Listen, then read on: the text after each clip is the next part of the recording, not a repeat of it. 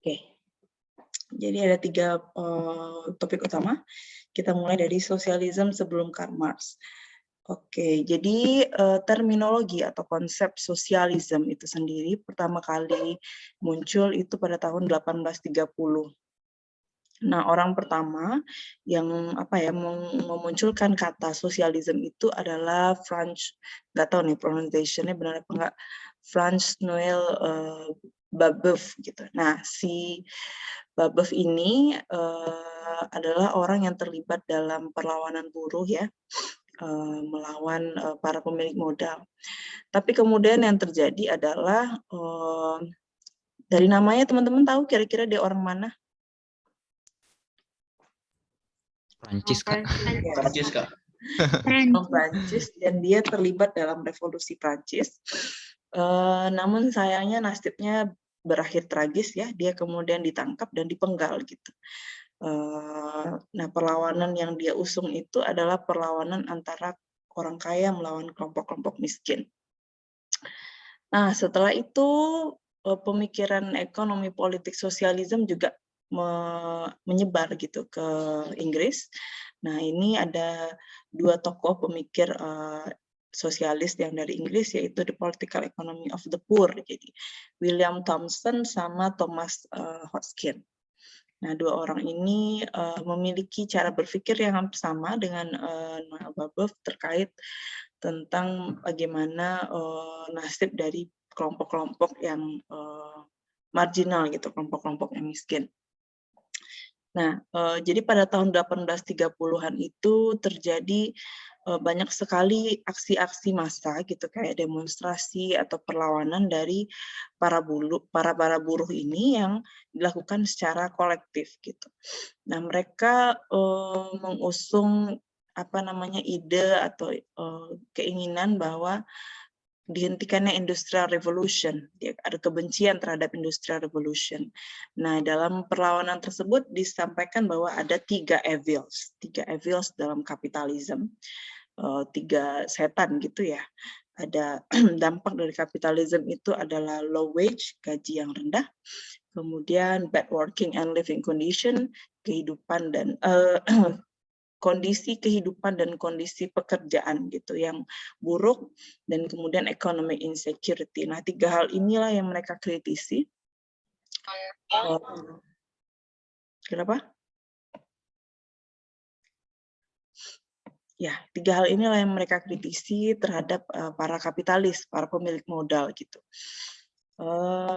Nah, mereka meyakini bahwa ketika perlawanan ini dilakukan secara individu-individu, maka tidak akan mungkin bisa menandingi para pemilik modal.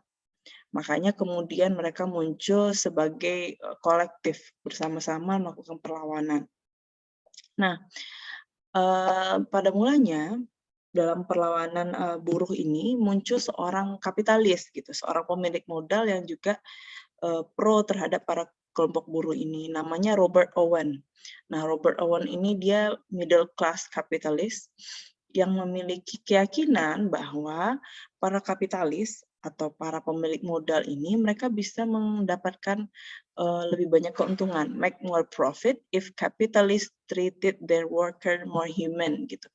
Jadi kelompok-kelompok kapitalis sebenarnya bisa dapat profit yang jauh lebih banyak jika mereka memperlakukan pekerjaannya itu dengan lebih manusiawi, gitu menurut si Robert Owen.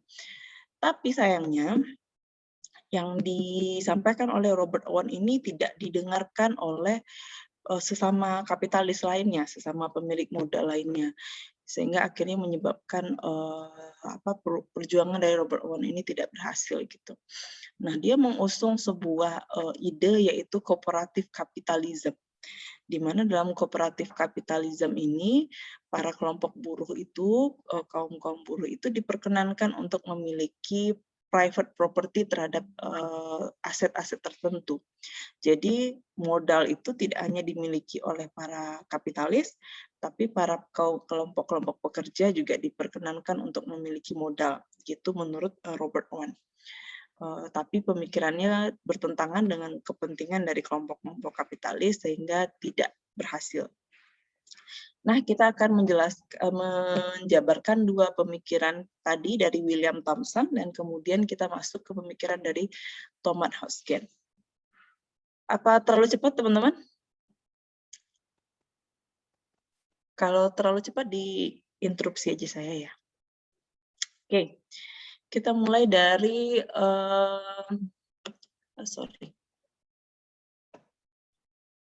kita mulai dari Thomson dulu. Nah, Thomson itu dia bicara bahwa the principle of the distribution of the wealth most conducive to human happiness. Jadi, distribusi kekayaan yang ada dalam society, dalam masyarakat itu berkaitan dengan kebahagiaan manusia. Nah, distribution of wealth was the most important determinant of how much pleasure and happiness the various member of society could attain. Jadi, distribusi kekayaan material itu merupakan hal penentu utama seberapa bahagia dan seberapa nikmat kehidupan yang dimiliki oleh member dari society tersebut. Nah, equal distribution, kalau distribusinya merata, kekayaan yang ada di masyarakat itu merata, maka equal capacity to experience pleasure and happiness. Maka setiap masyarakat, setiap member dari masyarakat tersebut mendapatkan kapasitas yang sama untuk meraih kebahagiaan dan kenikmatan gitu. Nah, jadi dia mengkritik kapitalisme yang cenderung tidak memberikan distribution of wealth secara merata. Ada inequality. Sehingga yang bahagia itu hanyalah para pemilik modal. Nah, yang kelompok-kelompok pekerja, kaum buruh, segala macam itu mereka tidak mendapatkan kapasitas yang sama dalam merasakan kebahagiaan dan pleasure tadi. Nah, makanya Thomson kemudian menyatakan bahwa kapitalisme itu sifatnya injustice, tidak adil. Dan dia tidak stabil gitu, dia bersifat tidak stabil.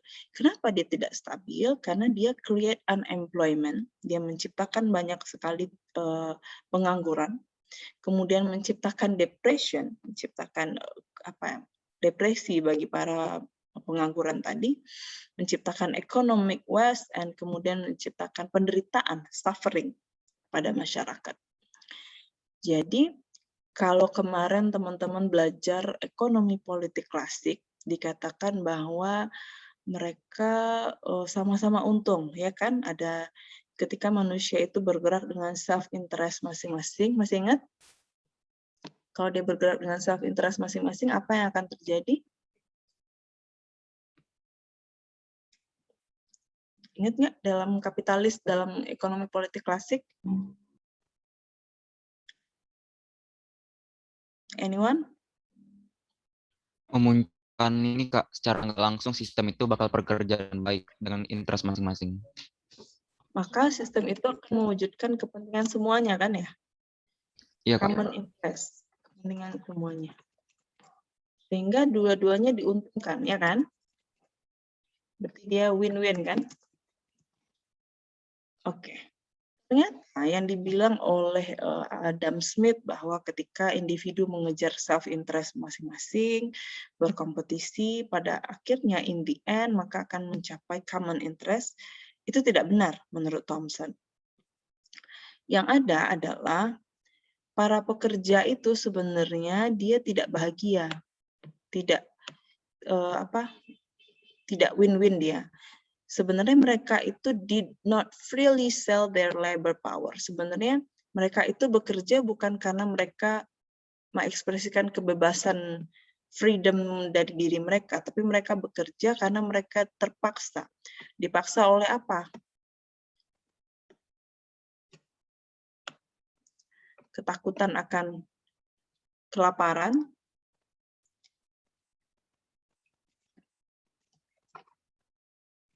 akan kematian. Jadi yang dibilang oleh kapitalisme, yang dibilang oleh ekonomi politik klasik bahwa manusia itu diberi kebebasan sebebas-bebasnya dalam mencapai self-interest mereka itu tidak benar, gitu menurut Thomson. Yang ada pekerja itu sebenarnya tidak free, dia tidak freedom. tidak mendapatkan kebebasan. Mereka tuh bekerja karena terpaksa karena takut kelaparan, takut akan kematian gitu. Nah, kemudian Thomson menawarkan sebuah konsep gitu ya untuk mengatasi permasalahan itu adalah harmonious economy, ekonomi yang harmonis, di mana the worker would have their own capital. Jadi para pekerja ini dibenarkan untuk mendapatkan modal. Mereka juga pemilik modal akhirnya gitu. Dan yang kedua, segala hambatan-hambatan, sorry kakak nggak masukin ya. Dihapuskannya segala hambatan-hambatan terhadap eliminate or restriction to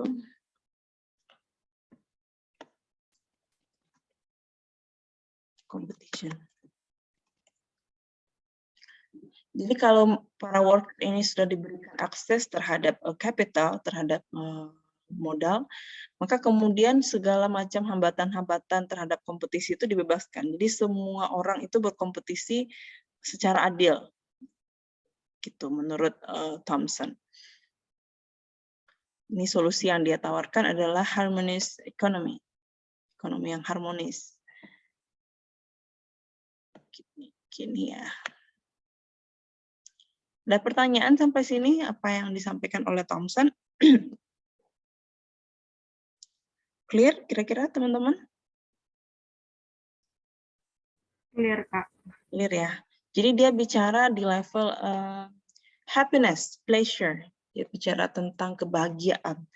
Dia bicara tentang kenikmatan hidup gitu. Jadi dia mengkritik bahwa ternyata kapitalisme itu tidak memberikan kebahagiaan dan kenikmatan hidup bagi segelintir orang. Oke. Kita mulai penjelasan berikutnya. Hodgkin. Nah, Hodgkin ini dia mengeluarkan penjelasan terkait source of profit, sumber keuntungan dalam kapitalis, dalam sistem kapitalis.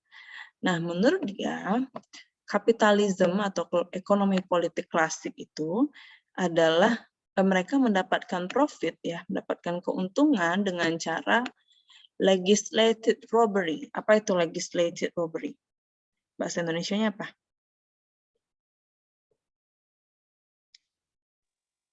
Ada yang tahu? Maling dengan cara politik, Kak. Maling. Legislated-nya apa? Robbery aja, robbery. Apa Hani? Robbery itu maling. Maling, Kak. Pencurian nggak? Pencurian. Perampokan. Perampokan. Kekuasaan. Jadi dia adalah bentuk maling, bentuk perampokan, bentuk pencurian yang terlegislasi. Yang terlegislasi ini yang dibenarkan oleh hukum. Kayak gitu.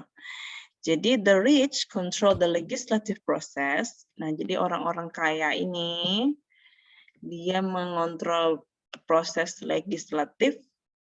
Legislatifnya proses pembuatan apa? Undang-undang kan ya? Undang-undang. Nah, and perpetuate their influence, wealth, and power.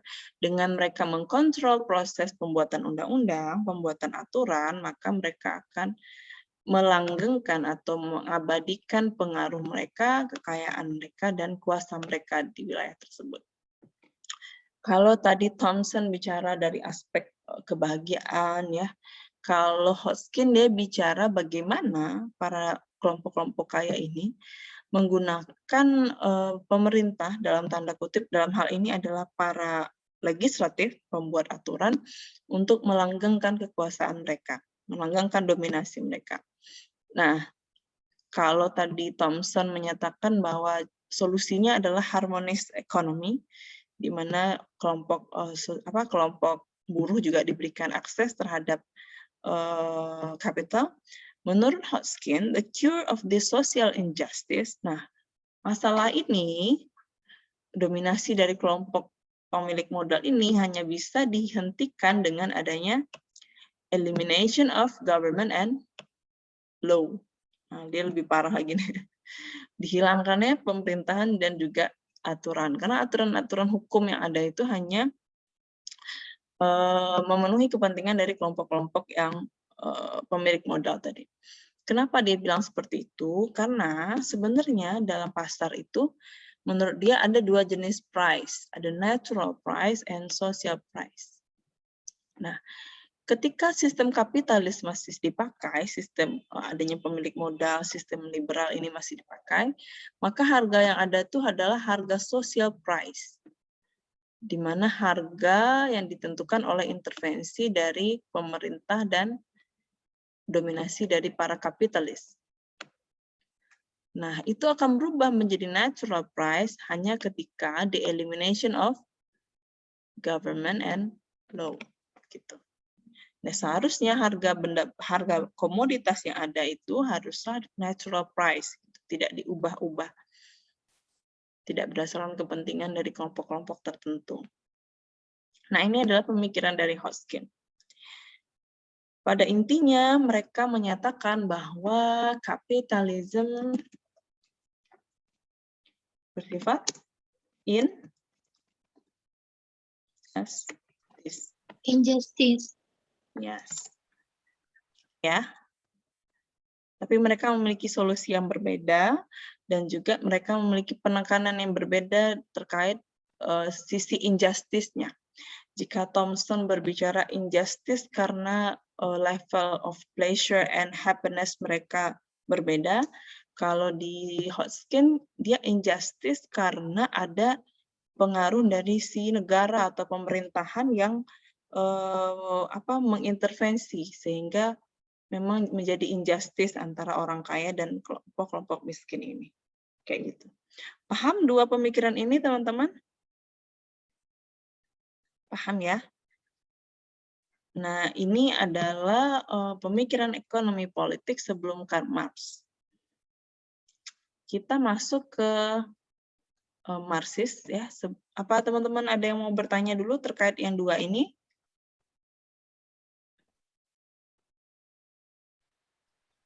Kak, Ya, mau nanya. Itu Thomson sama Hodgkin ngambil sampel negaranya dari mana, Kak? Sehingga mereka melahirkan pemikiran yang gini. Kan biasanya ada contoh kasus dari suatu negara makanya lahir suatu teori, Kak. Thomson ini Inggris ya, kalau kakak nggak salah. Hodgkin ini juga Inggris. Coba nanti teman-teman cek ya. Kedua-duanya dari Inggris.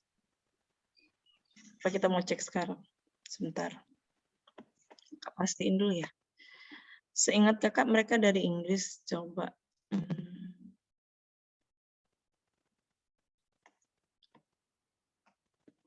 Sebentar.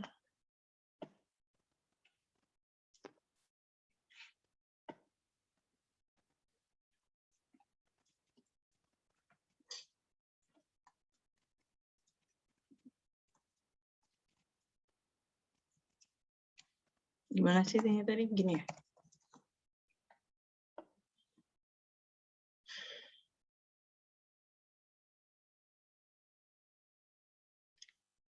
Karena dari namanya sih bisa dilihat mereka orang Inggris ya. Coba cek dulu.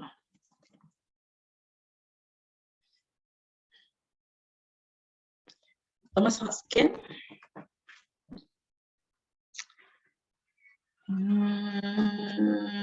Was English socialist writer. Jadi dia melihat perkembangan masyarakat Inggris.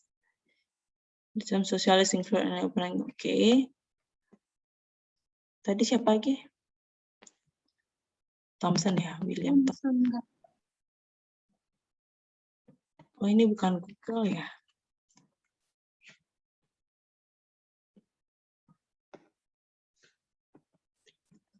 William Thomson.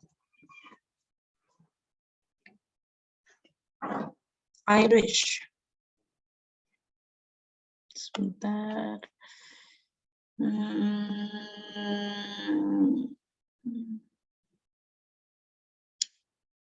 Irish sosialis.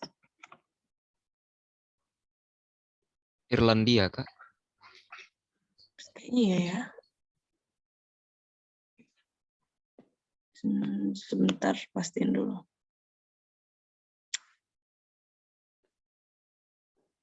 Suffering. Iya ya, dia Irish ya. Lahirnya di Ireland. Meninggalnya di Ireland juga.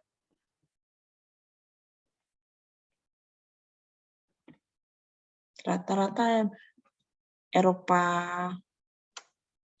berarti kan deket ya. Dari Prancis, menjalar ke Inggris, menjalar ke Irlandia. Oke? Ada lagi yang mau bertanya, teman-teman?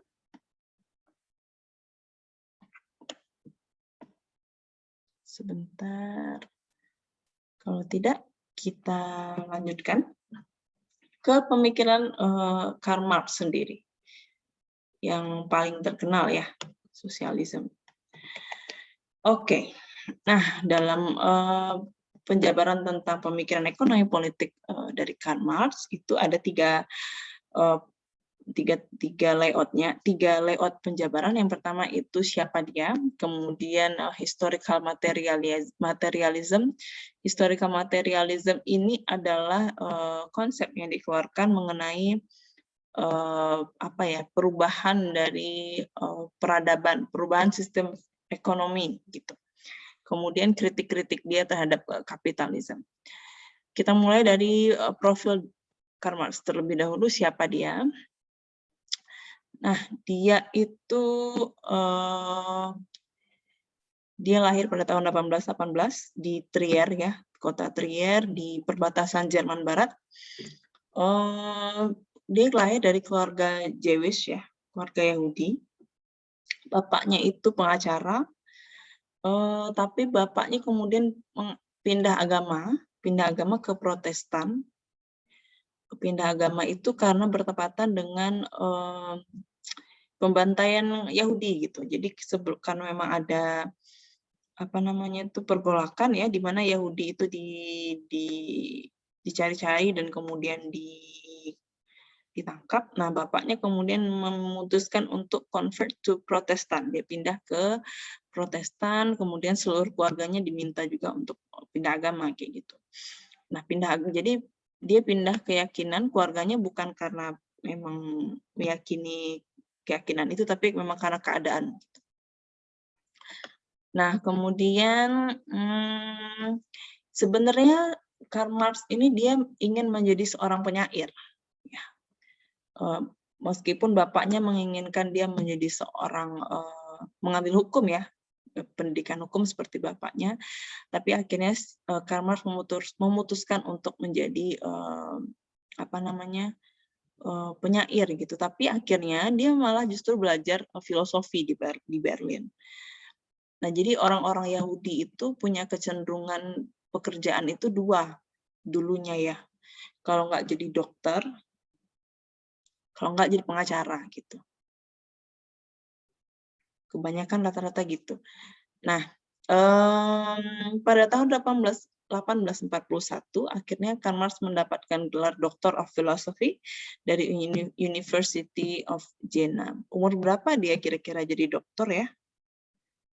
41 kurang 18 berapa? 20? 23 ya? 23 ya? Wah, umur 23 aja udah dokter. Teman-teman berapa umurnya? Umur 33, Kak. 33? 33? Iya, 33 apa 23? 33, Kak. Masa? 23. 23? 23. Teman-teman Muda-muda umur jadi. 19 ya umurnya? 19, 19, Kak.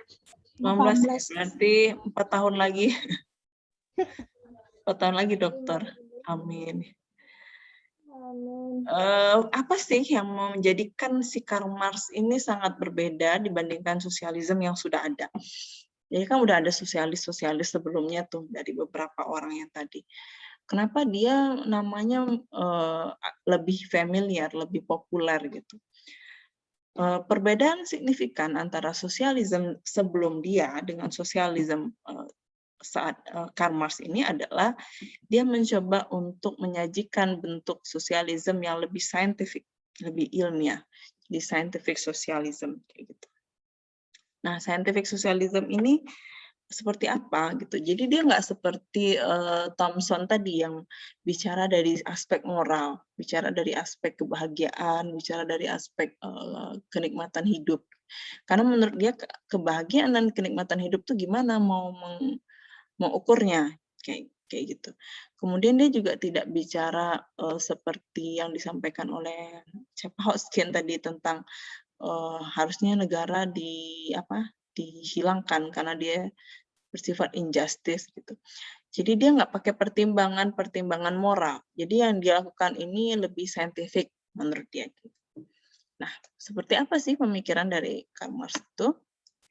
Nah, kita mulai dari konsep dia yang pertama yaitu historical materialism. Gitu.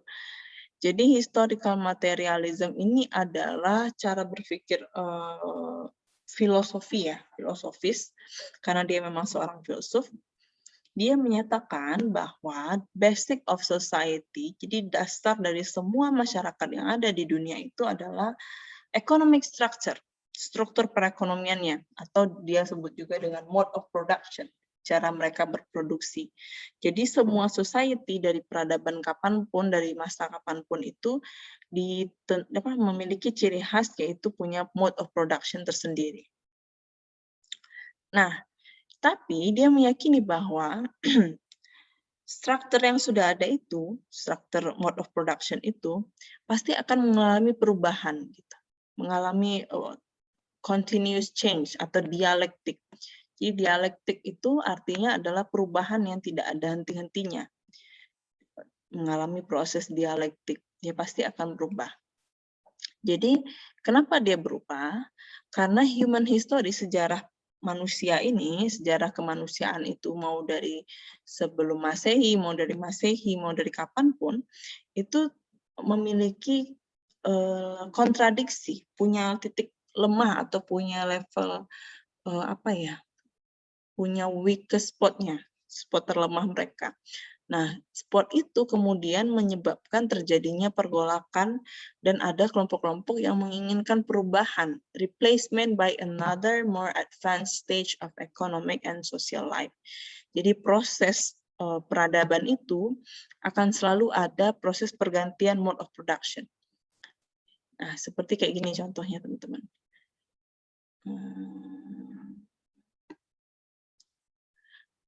Sistem mode of production yang paling awal apa?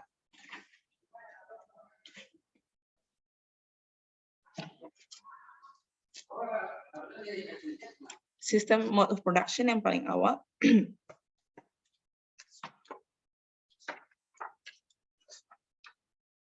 tahu?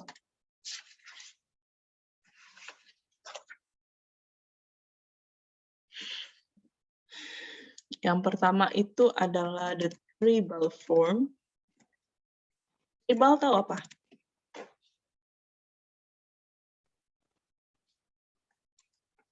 Hidup bersuku-suku ya. Masyarakat yang hidup bersuku-suku.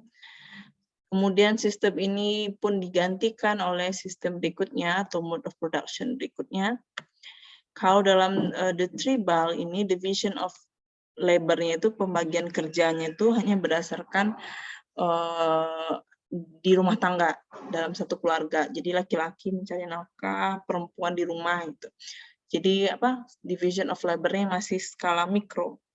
Nah, kemudian ada mode of production yang kedua, yaitu dia sebut sebagai primitive communism. Ini adalah bentuk komunisme tapi primitif. Nah, komunisme yang primitif ini adalah di mana tidak ada satupun yang punya kepemilikan private. Semuanya milik bersama. Jadi suku-suku yang tadi, the tribal ini, suku-suku ini memutuskan untuk hidup dalam satu perkumpulan, satu kota, di mana di situ masyarakat hidup tanpa ada kepemilikan private. Masyarakat hidup bersama-sama. Mungkin ini kita bisa lihat di masyarakat Minangkabau zaman dulu gitu ya, di mana kehidupan itu memang sangat komunal, bersama-sama gitu. Tidak ada kepemilikan individu. Nah, yang ketiga itu adalah sistem feodal. Sistem feodal. Nah, sistem feodal ini ditandai dengan adanya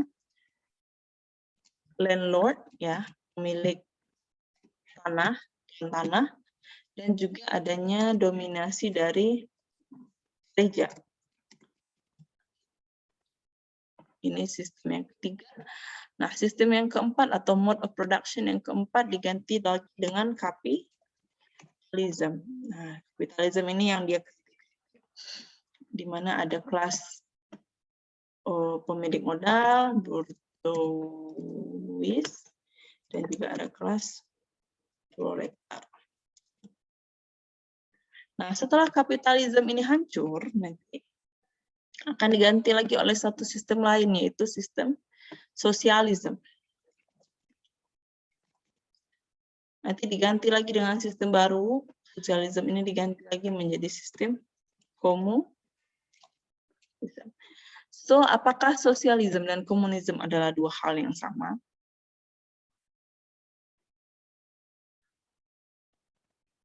Gimana menurut teman-teman? Apakah Beda, mereka Kak. beda? Perbedaannya apa? Berbeda, Kak.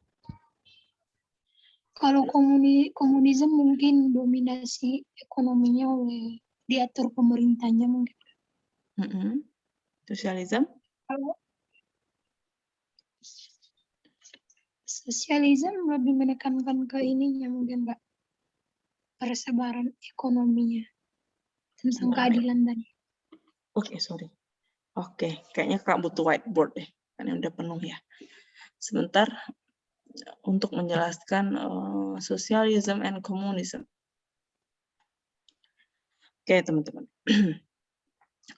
Sosialisme itu levelnya sebelum komunisme.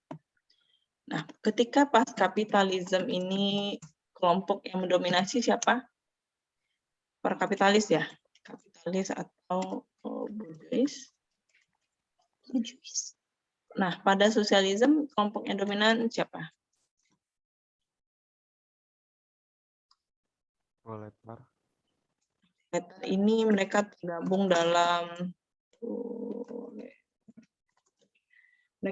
dalam partai-partai buruh gitu ya. Partai buruh, kemudian dia berhasil untuk menduduki pemerintahan. Nah, kemudian kalau di sini masih ada kelas nggak kira-kira dalam sosialisme ini?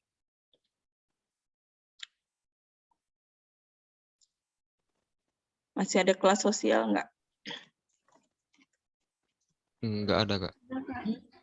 Masih ada. Masih, Kak. Proletar yang mendominasi kaum bourgeois, ya kan? Karena dia ambil kekuasaan pemerintah, kemudian dia menjalankan pemerintahan sesuai dengan apa yang diinginkan oleh kelompok-kelompok marginal tadi. Nah, dalam komunisme dia classless, tidak ada kelas, semuanya sama saja. Tidak ada private property, no private property. Tidak diperkenankan adanya kepemilikan private. Semuanya milik pemerintah, milik bersama. Kayak gitu. Nah, tapi kalau dalam sosialisme, pasca kan kapitalis hancur nih, masih ada private property. Negara itu hanya menguasai aspek-aspek yang vital untuk negara saja. Nah, vital aset itu dikuasai oleh negara, misalnya kayak keamanan ya, security itu kan negara yang kesehatan, gitu. Dia yang handle pendidikan. Tapi kalau untuk yang lain-lain diperbolehkan ada private property. Nah, dalam sosialisme ini masih diperkenankan adanya demokrasi. Ya, dalam kapitalisme kan tentu ada demokrasi ya, ini kan liberal nih. Nah, dalam kapitalisme itu kan menggunakan demokrasi. Sedangkan dalam komunisme itu tidak ada demokrasi sama sekali. Semuanya itu keputusannya tidak berdasarkan keputusan demokrasi. Jadi yang otoriter kira-kira yang di sosialisme apa yang di komunisme? Komunisme, Kak. Komunisme. Kira-kira negara yang benar-benar komunisme ada nggak? Yang tidak ada Korut, Kak. kelas. Korea. Korut. Iya ya, korut bisa ya. Cina dia komunis nggak kira-kira? Iya Komunis, kan, Kak. tapi ada campur-campur liberalismenya di sana. China itu pemerintahannya yang komunisme Kak, tapi Yes. kalau ekonominya lebih ke kapitalis. Yes, benar. Justru dia lebih kapitalis ya dibandingkan dengan Amerika mungkin ya kalau ekonomi. Oke, jadi socialism and communism is totally different. Dua hal yang berbeda. Nah, nanti di penjelasan Karl Marx dan setelah Karl Marx nanti kakak akan jelaskan juga perbedaan berikutnya dari socialism and communism.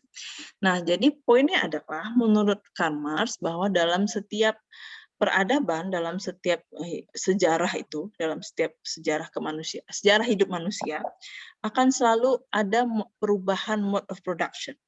Jadi mode of production itu akan selalu mengalami perubahan menjadi lebih bagus, menjadi lebih canggih lagi.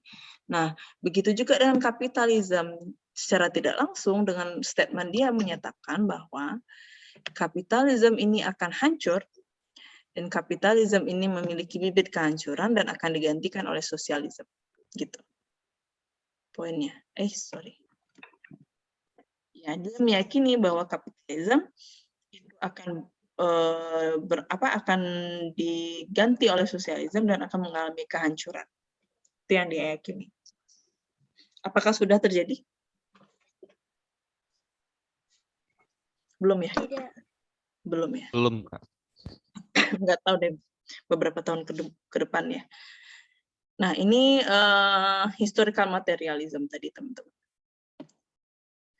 Kita balik ke PPT tadi. Oke. Paham kira-kira historical materialism? Paham? Paham ya?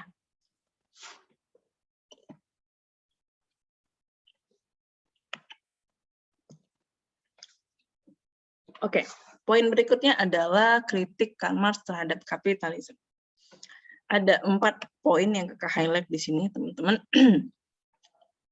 Ada the labor theory of value and surplus value, kemudian ada the concentration of capital, yang ketiga ada overproduction and underconsumption, dan yang keempat ada alienation. Kita mulai dari the labor theory of value and surplus value. Teman-teman masih ingat nggak kemarin yang menentukan harga menurut Adam Smith apa aja? Factor of production apa aja? Ingat nggak? Modal, Kak. Capital, terus? Labor. Terus? Labor. Capital. Labor. Land.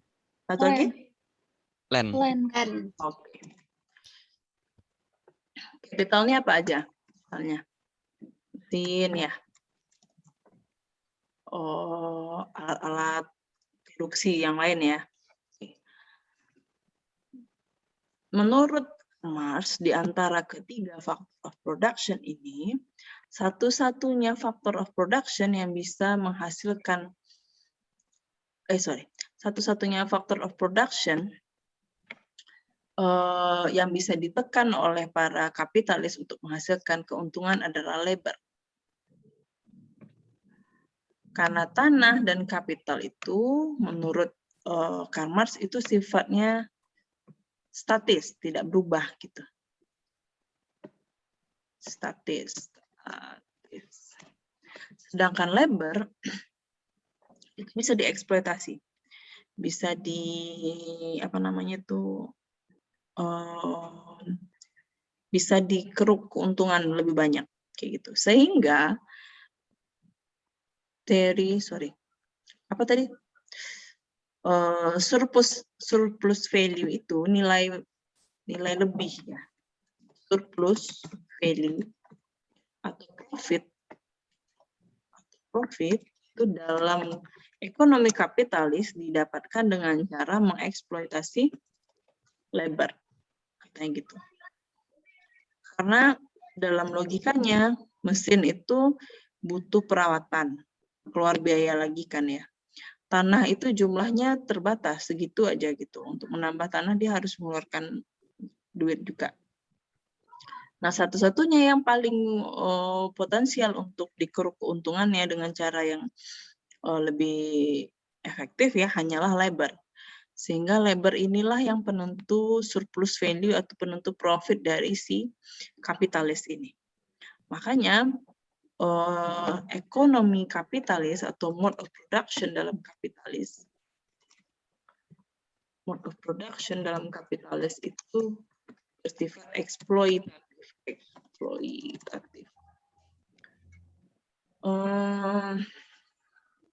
Contohnya gini, misalnya jam kerja rata-rata pekerja itu berapa kira-kira? Masuk jam 8 misalnya. Masuk jam 8 pulang jam 3. 4 sore. Jam 4. Berapa jam? 8 7 atau 8 jam, Mbak. 7 jam. 7 jam. Mereka kan dibayarkan per jam kerja misalnya dalam 1 jam kerja itu berapa? 10.000 misalnya. Maka dia harusnya 30.000 upahnya kan. Nah, cara kapitalis untuk mendapatkan keuntungan menurut Karl Marx adalah dengan cara menambah jam kerja. Tapi gajinya tetap. Di profit itu sama dengan jam kerja yang tidak dibayarkan. Gitu, menurut Karl Marx. Makanya dia bilang bahwa mode of production dari kapitalis itu adalah bentuk yang eksploitatif. Caranya gitu. Makanya untuk mendapat keuntungan, dia akan mengeksploitasi pekerjanya. Itu poin dia yang pertama, kritik dia terhadap kapitalisme. Paham teman-teman kritik dia yang pertama kira-kira? Ya. Yang kedua, nah, teman-teman masih ingat bahwa dalam kapitalisme itu ada kompetisi kan ya? Saya hapus dulu. Nah, dalam ekonomi politik klasik kemarin saya sebutkan bahwa mereka dibiarkan untuk berkompetisi, ya kan? Nah, yang namanya kompetisi itu tentu ada apa? Yang kalah dan yang menang, Kak. Yes, ada winner and ada loser. Nah, ketika ada yang menang, apa yang akan terjadi pada si loser? Maka dia tidak mendapatkan untung sama sekali atau bahkan gulung tikar kan ya. Teman-teman masih ingat nggak dulu sebelum beberapa tahun yang lalu itu jenis kartu SIM telepon itu banyak kan ya. Dulu tuh ada Telkomsel udah pasti, ada Tri, sekarang masih ya, Tri, XL, Axis, apa gitu. Kan banyak ya. Atau yang gampang ini nih, dulu brand handphone tuh banyak, bener nggak? Ada Nokia, Samsung, ada dulu BlackBerry, ada apa lagi ya, yang Cina-Cina tuh banyak tuh. Nexia, Huawei. Mito, bener kan? Nah, kalau sekarang tuh orang taunya brand handphone apa aja? Samsung, Xiaomi. Samsung, Xiaomi, iPhone. iPhone, Apple. Samsung, Menjadi lebih banyak atau menjadi lebih sedikit? Banyak. Hah? Menjadi Lebih lebih banyak. sedikit. Sedikit. Sedikit. Lebih Teman-teman sedikit. dengar isu Sedikit ini dikenal, nggak? Kak. Bahwa XL itu akan merger dengan Excel sama deh. Coba nanti cek ya beritanya bahwa beberapa brand-brand kartu SIM card itu dia akan merger, akan menggabungkan perusahaannya. Nah, kalau mereka bergabung itu karena apa? Karena mereka kesulitan berarti ya. Mereka kalah kan dalam pasar, dalam perdagangan, akhirnya mau nggak mau mereka merger. Mereka merger, nanti perlahan-lahan itu, lambat laun nanti akan muncul satu pemenang. Satu pemenang inilah yang akan memonopoli perdagangan SIM card, misalnya gitu, memonopoli. Nah, the winner itu akan punya hak untuk memonopoli. Apa ya contoh yang paling ini ya? Brand yang sekarang tuh cukup sulit untuk selain handphone. Satu-satunya penyedia Microsoft lawannya apa? Tahu nggak?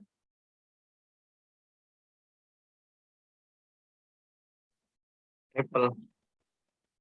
iOS. iOS, Kak. iOS macOS. cuman dua itu macOS. ya. Cuman dua itu kan? Ada lagi nggak yang lain? Sama Chrome OS Kak, baru. Tapi kan nggak Chrome OS. belum Iya. terlalu ini ya. Jadi Masih perlahan-lahan seiring perjalannya waktu itu jumlah brand atau jumlah produsen yang berkompetisi dalam pasar itu semakin sedikit. Nah, karena nanti in the end yang ada itu akan muncul hanya satu aja, satu pemenang gitu, atau dua yang mendominasi pasar gitu. Nah, mereka lah yang memonopoli. Jadi poinnya adalah competition yang digadang-gadang akan memberikan kebahagiaan bagi semua orang itu hanya akan mengarahkan pada monopoli. Competition leads to monopoly. Ini yang kritik yang kedua. Jadi monopoli ini apa maksudnya? Monopoli ini kan berarti sentralisasi kapital pada kelompok-kelompok tertentu. Makanya di bahasa Karl Marx itu dia sebut sebagai accumulation of capital, ya kan? Jadi akumulasi modal itu terpusat pada satu atau dua produsen saja. Kayak gitu. Makanya itu mengarah pada monopoli pada akhirnya. Ya kan, concentration of capital. Di modal itu terkonsentrasi. Pemilik modal itu nanti karena dia menang, akhirnya dia terkonsentrasi pada satu atau dua produsen tertentu. Oke, itu kritik dia yang kedua. Kemudian kritik dia yang ketiga. Oke, kritik yang ketiga. Under consumption and overproduction. Overproduction. Under consumption.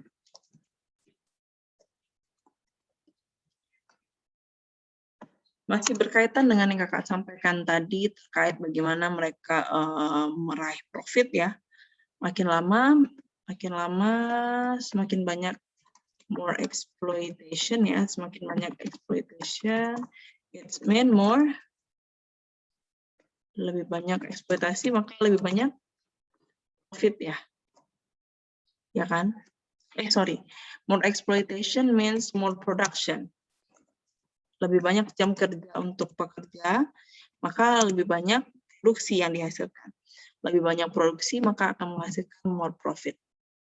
Tapi sayangnya, produksi barang-barang yang diproduksi tersebut, di pasaran itu tidak bisa dibeli oleh masyarakat. Kenapa kira-kira tidak bisa dibeli?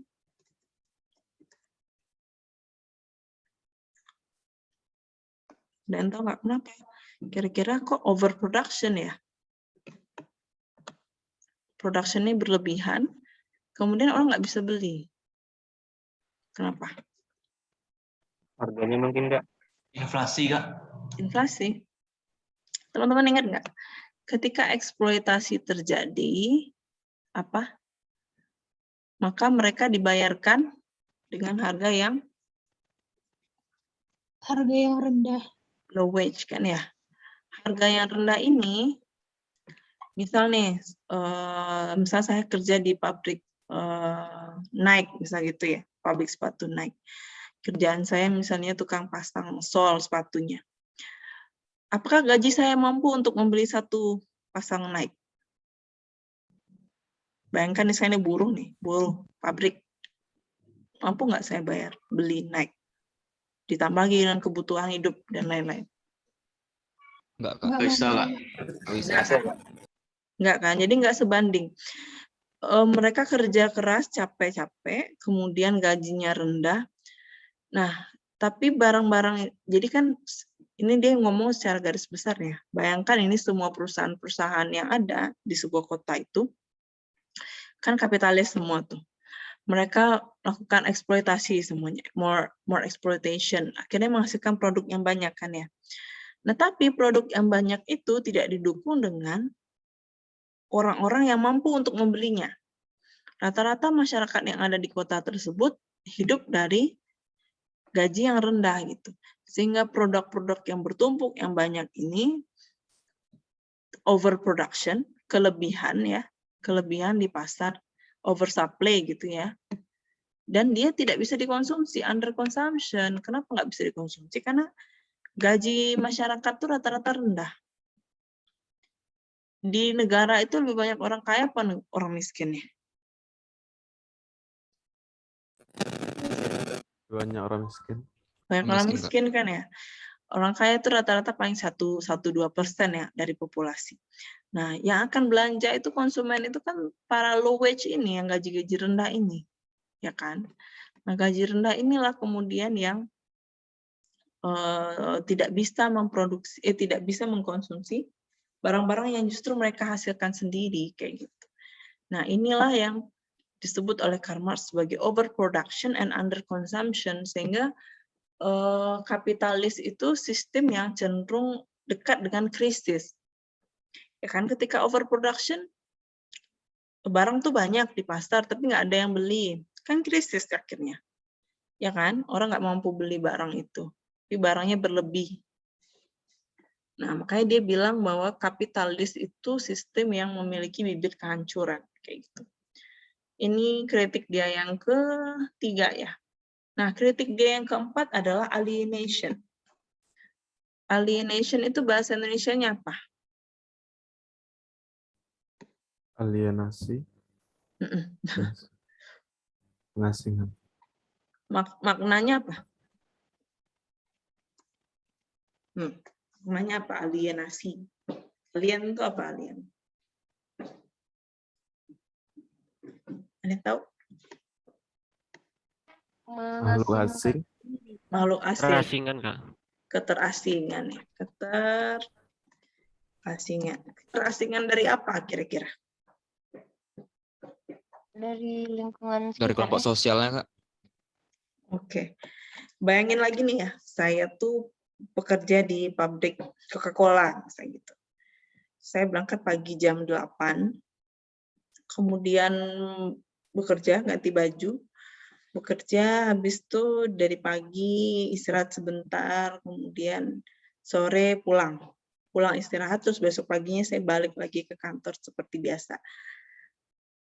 Apakah saya punya akses atau punya kesempatan untuk berdiskusi, berdialog, ya, atau untuk memiliki komunitas gitu?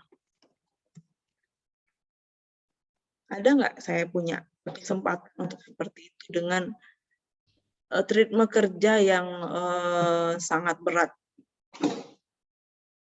Enggak, Kak. Enggak ada, Kak. Jadi dia terasing, jadi bahkan disebut sebagai one dimensional man. Manusia satu dimensi. Dimensinya kerja aja kayak robot, gitu. Pagi kerja, sore pulang gitu. Yang kalau yang tinggal di Jakarta nih relate banget ya, kalau orang pagi-pagi udah kerja, sore di kereta api atau di trans gitu kan, pada dempet-dempetan gitu. Mereka teralienasi dari ruang sosial dan ruang mereka untuk berpikir kritis. Sosial spare. Dan juga ruang mereka untuk berpikir kritis. Mereka tidak punya akses terhadap ruang diskusi, dialog untuk membangun komunitas. Pertama, mereka terasing dari social sphere. Yang kedua, mereka juga terasing dari produk yang mereka hasilkan sendiri. Ya, kenapa mereka terasing dengan produk yang mereka hasilkan sendiri? Tadi contoh yang kakak berikan, misal kakak kerja sebagai buruh di perusahaan Nike gitu ya. Kan kalau di dalam kapitalis itu ada division of labor ya. Nah, division of labor itu kan misalnya kalau saya kerjanya cuma tukang bikin sol sepatu, saya cuma bikin sol sepatu aja kan ya. Sol sepatu. Apakah saya tahu wujud akhir dari barang itu? Enggak, Kak. Saya bisa akses terhadap produk akhir. Misalnya nih ya, Apple misalnya gitu, iPhone yang teman-teman punya misal. iPhone itu kalau misalnya teman-teman mau cek ya, mau riset gitu, untuk menghasilkan satu iPhone itu melibatkan banyak negara. Misalnya untuk bagian komponen komponen A misalnya gitu. Untuk komponen A aja itu misalnya di Singapura misal. Komponen B di Thailand, komponen C di Kanada atau di mana. Di mana para buruh-buruh tadi yang bekerja untuk menghasilkan komponen-komponen tersebut, dia tidak tahu hasilnya akan jadi seperti apa. Benar nggak? Misal untuk menghasilkan pesawat, nah pesawat tuh komponen-komponennya itu nggak dihasilkan dari satu tempat ya, nggak di satu pabrik gitu. Jadi dihasilkan melibatkan banyak sekali negara dan banyak pabrik. Apakah misalnya Indonesia tuh fokusnya cuma menyelesaikan bagian sayap kanan, sayap kiri. Apakah produk jadi dari pesawat itu buruh kita punya akses atau bisa lihat? Enggak. Jadi dia keterasingan dengan barang yang dia hasilkan sendiri, dengan barang hasil jadinya itu seperti apa dia nggak tahu. Dan kemudian dia juga terasing, tidak mampu untuk membeli apa yang dia hasilkan. Benar nggak? Misalnya tadi yang iPhone tadi tuh misalnya, saya kerja di pabrik yang di Indonesia. Nah, pabrik Indonesia tuh kerjanya cuma bagian yang casing misalnya gitu.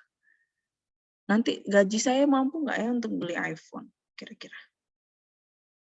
Enggak kan? Jadi dia terasing dari produk yang dia miliki, produk yang dia bikin, dan dia juga tidak mampu untuk membeli produk yang dia bikin itu. Nah, itu dia yang dimaksud oleh Karl Marx sebagai keterasingan, teman-teman.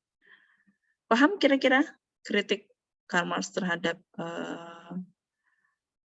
kapitalis?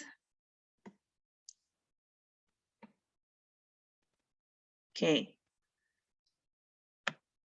Paham? Nanti di kuliah Ekopol habis ini kan semester depan tuh ada ekonomi politik ya. Nah, itu akan lebih dalam lagi tuh. Ini kan cuma pengantar kakak kasih ya. Bagaimana sih pemikiran Karl Marx gitu. Nanti di THI juga akan belajar juga. Kita lanjut ke setelah Karl Marx. Ada yang mau bertanya terkait ini? Tidak? Oke, kita lanjut. Nah, yang paling terkenal itu Lenin ya. Masih ada sih beberapa lagi pemikiran lainnya, cuman kakak Lenin ini karena dia lebih populer dan kemudian dia juga punya satu tulisan yang tulisan yang signifikan dampaknya gitu. Nah, Vladimir Lenin ini dia beda ya. Kalau Karl Marx itu dia sangat filsuf, dia benar-benar pemikir saja, dia tidak mengikuti, dia tidak terlibat dalam pemerintahan. Dia bukan praktisi, dia cukup sebagai pengamat saja. Nah, kalau Lenin itu dia pemikir dan juga dia sekaligus sebagai praktisi. Nah, dia merupakan Marxis. Nah, jadi kelompok-kelompok yang mengidolakan pemikiran dari Karl Marx ini menamai diri mereka tuh Marxis. Jadi Karl Marx sendiri itu tidak punya keinginan untuk membuat sebuah haluan berpikir yang ada Marxisme dan lain-lain gitu.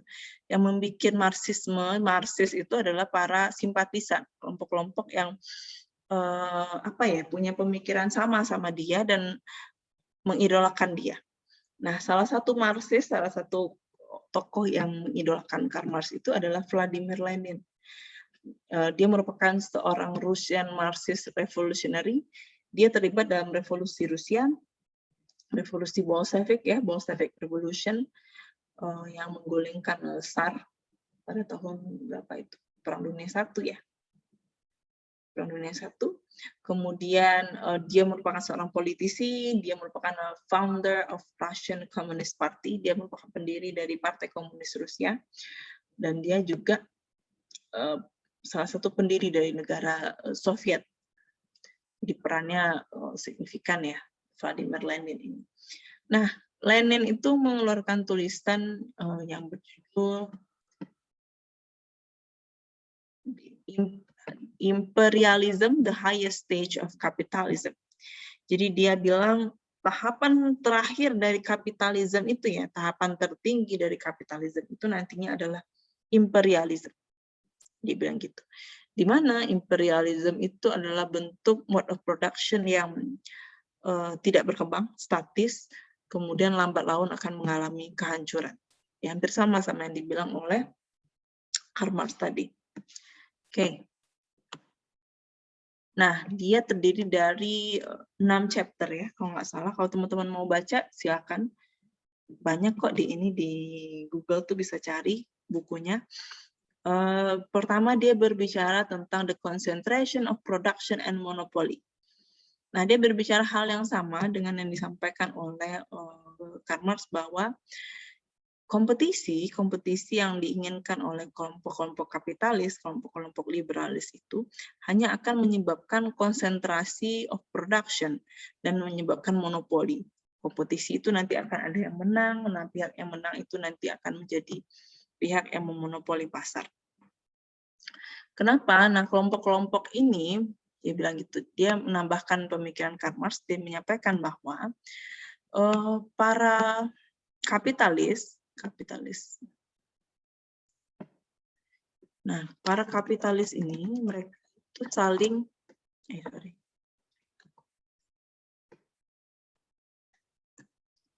kapitalis ini mereka lambat laun itu akan terjadi proses merger, ya. Merger. Nah, merger ini bertujuan untuk memusatkan concentration of, untuk memusatkan kapital modalnya itu dipusatkan pada satu atau dua production kayak gitu, sehingga akhirnya terciptalah monopoli. Nah, dalam bukunya itu dia jelaskan tuh beberapa contoh-contoh perusahaan-perusahaan yang memutuskan untuk merger. Nah, perusahaan yang merger ini dampaknya buruk terhadap pasar kayak gitu, tapi dampaknya positif terhadap perusahaan tersebut. Nah, yang kedua, dia mengkritik peran bank. Kalau dulu secara konvensional peran bank hanyalah perantara bagi nasabah dan juga para peminjam, ya, para kreditur. Sedangkan sekarang bank itu sudah beralih fungsi dan menambahkan fungsi barunya, yaitu ada bank-bank ini, bank itu memilih direktur banknya yang berasal dari industri. Jadi ada hubungan tidak sehat antara bank dan industri. Jika bank dan industri sangat erat hubungannya, apa yang akan terjadi kira-kira, teman-teman?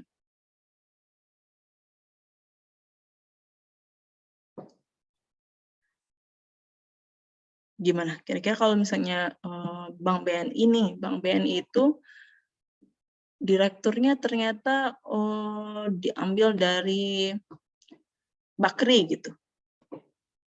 Apa yang akan terjadi? Ada gambar nggak? Pendanaan perusahaan lebih gede. Yes, exactly. Jadi ada kong kali kong, ada semacam nepotisme, bukan nepotisme.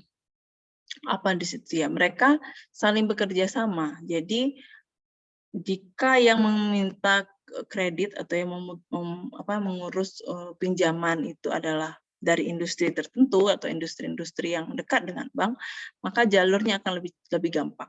Sehingga capital atau modal tadi itu aksesnya hanya tertuju pada industri-industri tertentu.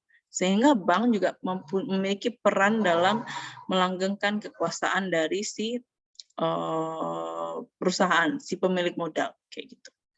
Jadi dia mengkritik peran bank. Nah, ketika tadi kakak cerita di chapter 1 bahwa para perusahaan-perusahaan itu memiliki kecenderungan untuk merger, ternyata kecenderungan merger itu atau menyatukan perusahaan itu menjadi sebuah capital, menjadi sebuah oligarki juga terjadi di perbankan. Jadi pada masa itu banyak sekali bank-bank yang kemudian memutuskan untuk melakukan merger. Teman-teman tahu BSI? Enggak, Bang BSI? Tahu, Kak. Tahu Kak, Bank Syariah Indonesia. BSI itu dulunya apa? Gabungan Merger dari BRI Syariah dan Syariah, BNI Mandiri Syariah, Syariah, BNI. BNI Syariah, Kak. Merger kan ya? Iya. Merger kan, nah itu deh. Jadi bukan hanya perusahaan yang melakukan merger, tapi bank juga melakukan merger gitu. Nah, merger bank ini berdampak terhadap concentration of capital. Sorry, ini production ya. Sorry, ini capital lagi. Ini production.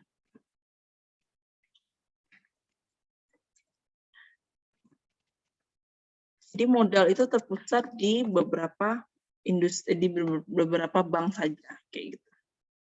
Nah, chapter keempat dia berbicara. Tadi kan Karmas bilang ada over consumption, ada overproduction and under consumption.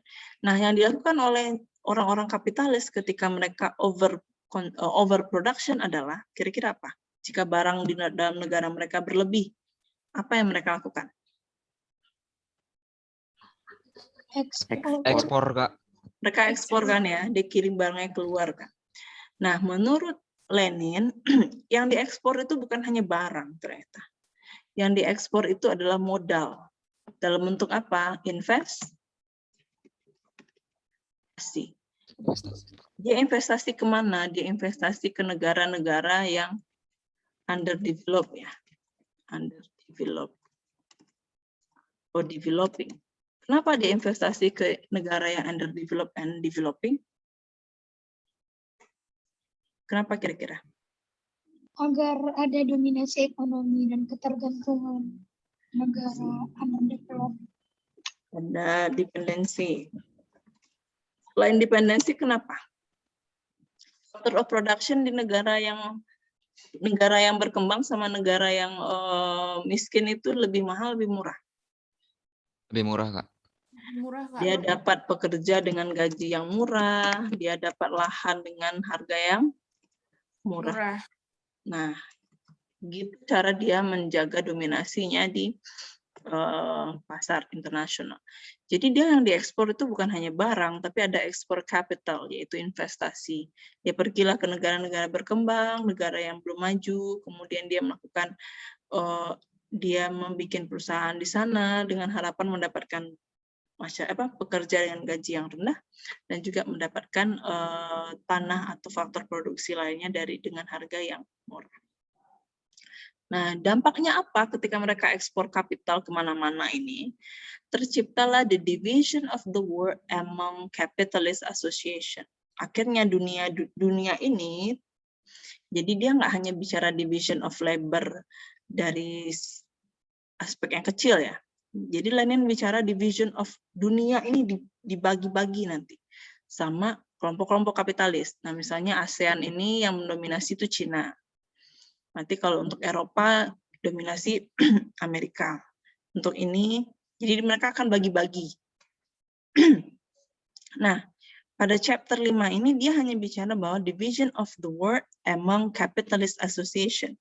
Jadi di masa ini tuh masih capitalist association, ada kelompok-kelompok negara kapitalis yang bergabung gitu satu sama lain. Tapi di chapter 6 dia sudah bilang bahwa division of the world among the great powers. Nah, jadi capitalist association ini nanti akan berkompetisi, benar nggak?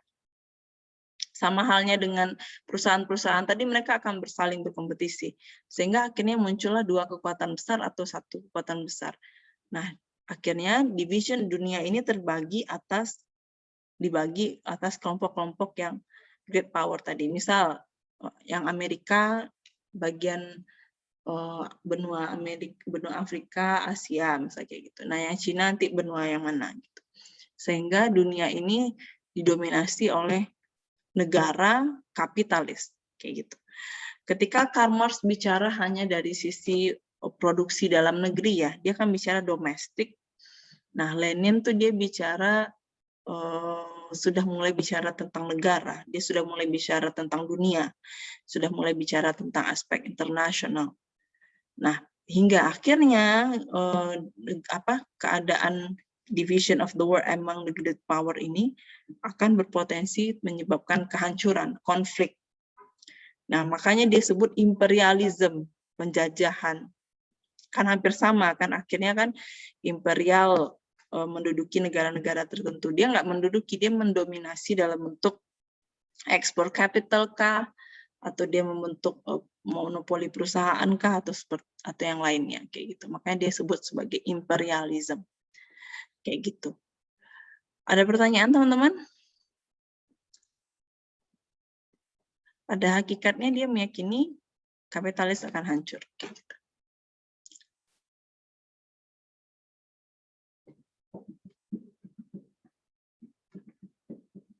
Ada yang mau bertanya? Memberi tanggapan? Atau bingung? Kak, izin nanya. Berarti semacam kayak adanya istilah kayak negara utara dan negara selatan gitu ya, Kak? Iya. Jadi kan kalau Karl Marx tuh dia bicara dua kelas sosial. Kelas sosialnya pemilik modal sama buruh.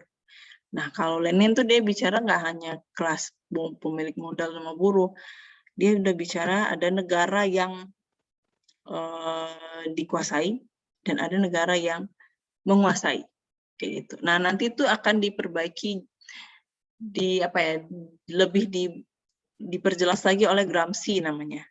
Ada lagi tuh teori berikutnya namanya Gramsci. Nah, Gramsci itu dia gini dia, ruling class. Nah, gitu. Kelas yang dikuasai dan kelas yang menguasai. Kayak gitu. Nah, di peradaban manapun, di masyarakat manapun akan selalu ada dua kelas, katanya gitu. Itu Gramsci. Nah, Gramsci ini namanya Gramsci, Antonio Gramsci. Nah, Gramsci ini nanti ada diperbaharui lagi pemikirannya menjadi Neo Gramsci. Kayak gitu. Jadi teman-teman nanti bakal dapat banyak sekali pemikiran ya. Jadi untuk sekarang kita Lenin dulu aja.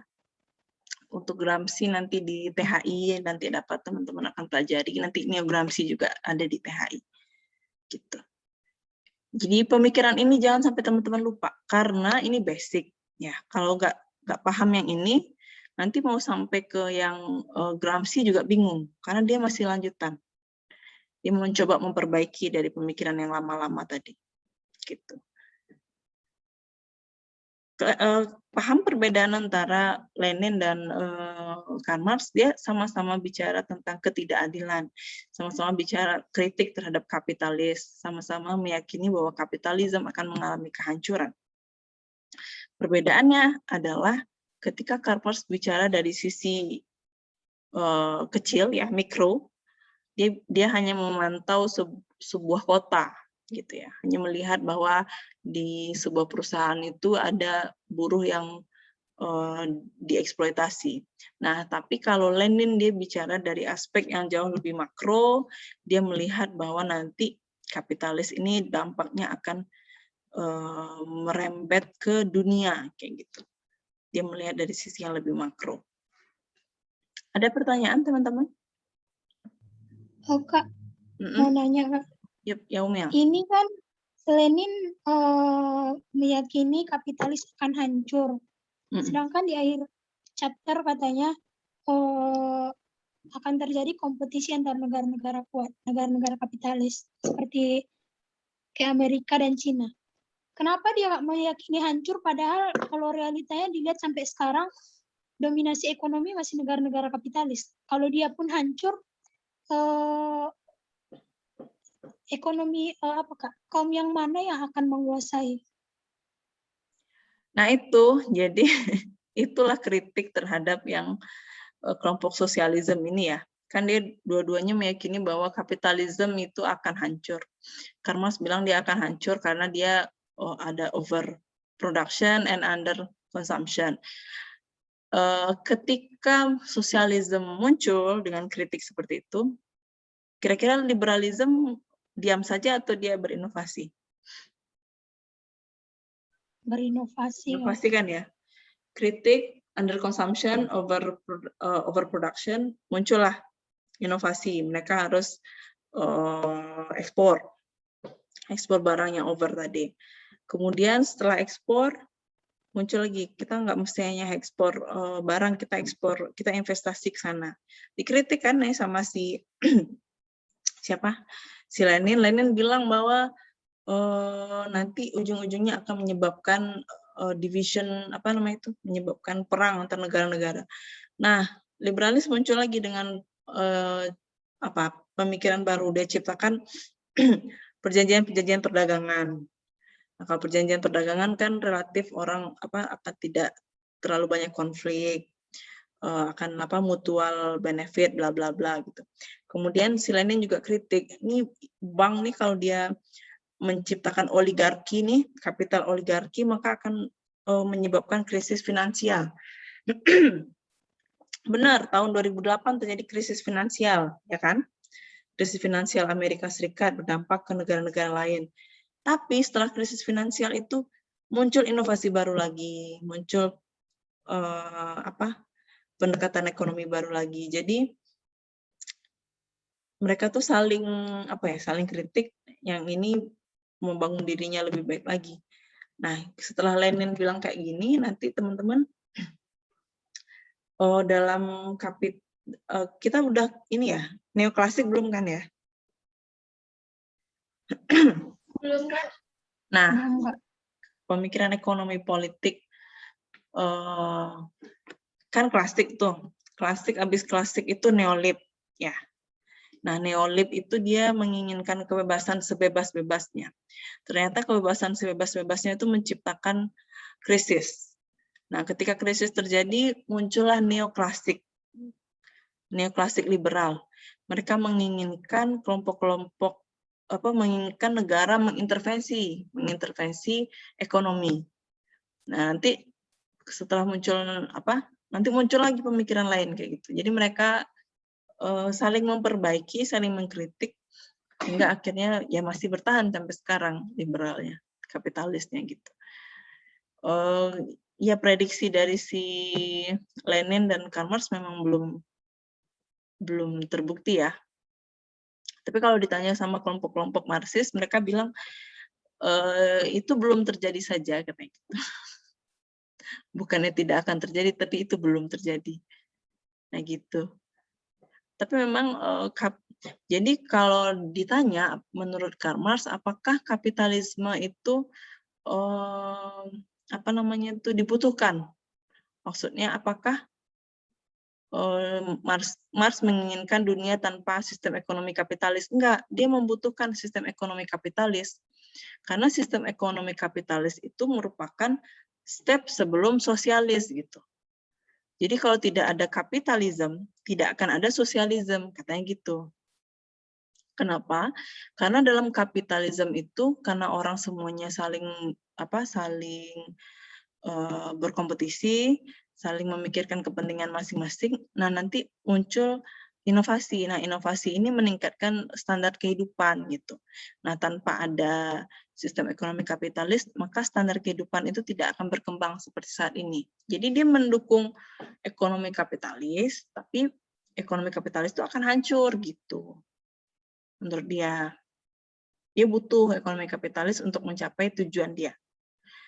Nah, tadi kakak menyinggung terkait perbedaan revolusi menurut Karl Marx dengan revolusi menurut Lenin.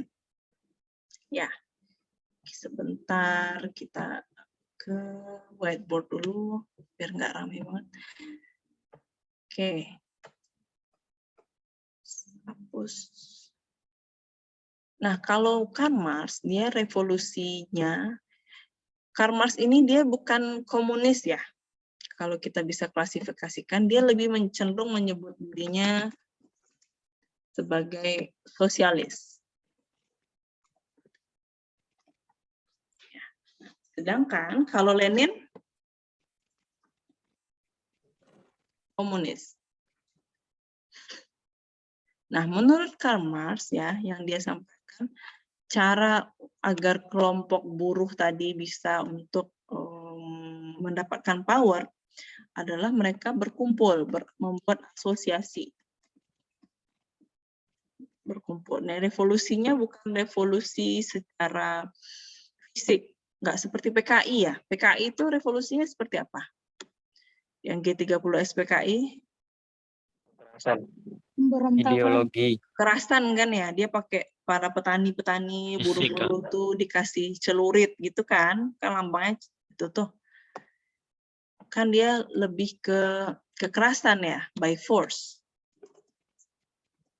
Nah, kalau si Marx enggak. Jadi kelompok-kelompok buruh, kelompok petani itu dia membuat asosiasi atau membuat partai politik, ya, partai politik, kemudian mereka membangun kesadaran bersama.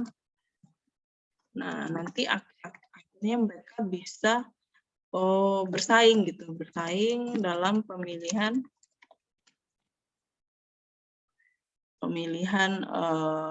presidenkah kepala negaranya gitu. Jadi cara revolusi versi Marx itu caranya tidak seperti Lenin ya, Bolshevik yang benar-benar menggunakan kekerasan, atau G30 SPKI yang menculik, kemudian menganiaya dan segala macam. Karena Marx tidak menginginkan itu. Dia menginginkan bentuk bentuk revolusi yang secara halus gitu. Jadi perlawanannya berbeda cara dia melakukan perlawanan. Nah, kalau Lenin tuh dia dengan cara by force, dengan cara kekerasan. Kalau teman-teman mau sebentar, bisa nggak ya kita lihat cuplikan Bolshevik Revolution? Kakak mau cari sebentar. Stabilkah jaringan internet kakak nih? Kedengeran kan? Aman kan? Aman ya.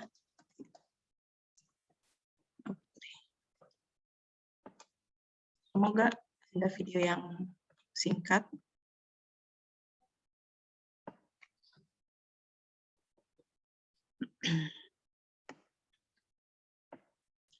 Bolshevik. Ini dia Bolshevik Revolution.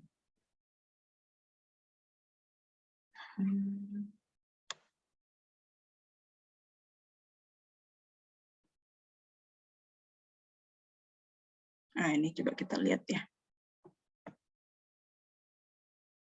Ayo bangun. Ada yang bisa membahagiakan dalam mulut. Rasa yang unik dan lezat termasuk roti. Nutella mulai hari dengan bahagia.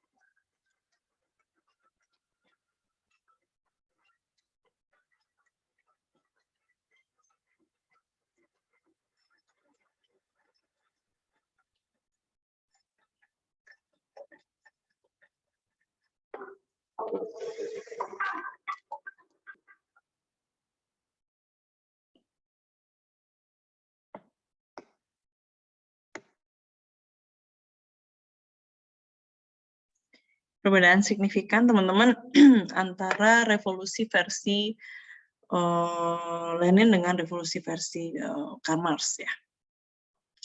Kemudian ada lagi pemikiran tentang bahwa sosialisme itu ateis, bener nggak? Pernah dengar nggak? PKI ateis gitu. Tadi putus-putus nggak videonya? Iya ya. Ngelek-ngelek tadi. Iya, karena di kampus nih kayaknya sinyalnya nggak bagus. Oke. Nah, teman-teman mungkin sering dengar bahwa PKI atau komunisme dan sosialisme itu sering diafiliasikan dengan ateis ya, tidak bertuhan. Gitu. Kenapa? Sebenarnya mereka bukannya ateis ya. Maksudnya yang diinginkan Karl Marx itu bukannya individu yang tidak mengakui Tuhan, tapi dia begini. Yang kakak pahami ya, teman-teman ya, sebentar baterai habis.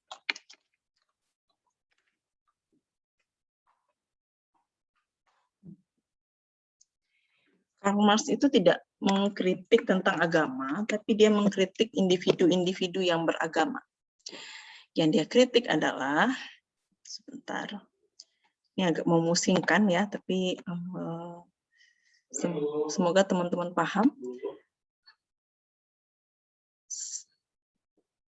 Saya hapus dulu bagian ini, kita lanjut.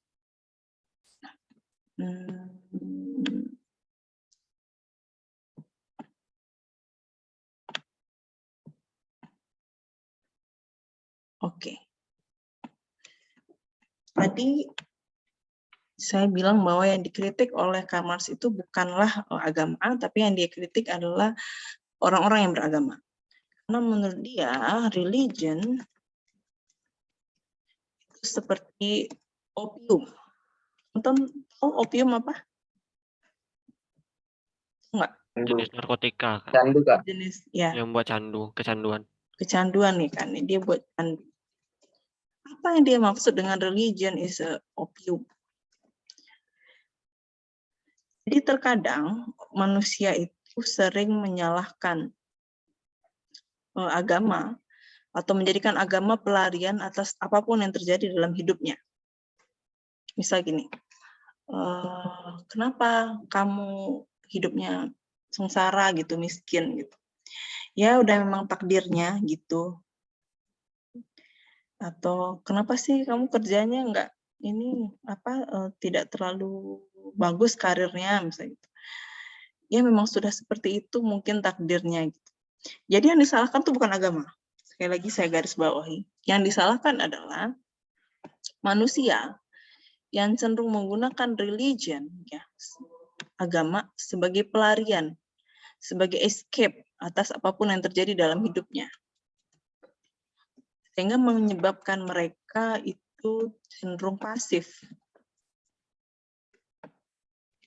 Ya, menyebabkan human itu pasif, cenderung pasif sifatnya. Tidak mau berkembang, menerima begitu saja gitu. Tidak mau berpikir kritis, sudah berserah begitu saja gitu. Itu yang dia kritik. Jadi dia sebenarnya bukan anti terhadap orang beragama, terhadap agamanya, tapi dia anti terhadap orang-orang yang menjadikan agama sebagai pelarian, sebagai escape way gitu atas apapun yang terjadi dalam hidup. Sebenarnya itu ya, kalau dari yang saya baca dan saya pahami terkait pemikiran dia tentang agama. Nanti teman-teman pelajari lebih lanjut lagi di PHI. Ya. Sampai sini ada yang mau bertanya atau ada yang mau memberikan pandangan, tanggapan? Ini bertanya Kak. Ya, silakan. Siapa? Aduh. Zaki. Oh ya, Ahmad Zaki. Ya, tadi kan Kakak bilang ini Karl Marx itunya ke pribadi kan Kak, personnya. Tapi kenapa pas di prakteknya mereka tuh menutup tempat-tempat ibadah? Contohnya yang di Indonesia gitu. Oke. Nah, itu tadi Kakak bilang bahwa Karl Marx itu kan pemikiran dia begini. Tapi para simpatisan dia, ya, para Marxis, dia memahami berbeda. Dia memahami bahwa agama itu nggak perlu gitu. Agama tuh cenderung menyebabkan mereka destruktif dan pasif. Yang salah tuh bukan agamanya, padahal sebenarnya yang dimaksud oleh Karl Marx tuh bukan agamanya. Jadi kalau dibandingkan pemikiran Karl Marx secara original, pemikiran dia secara pribadi, dengan kelompok Marxis yang mengidolakan dia itu berbeda. Contohnya aja Lenin tadi kan, dia punya pemikiran yang berbeda. Karl Marx itu dia,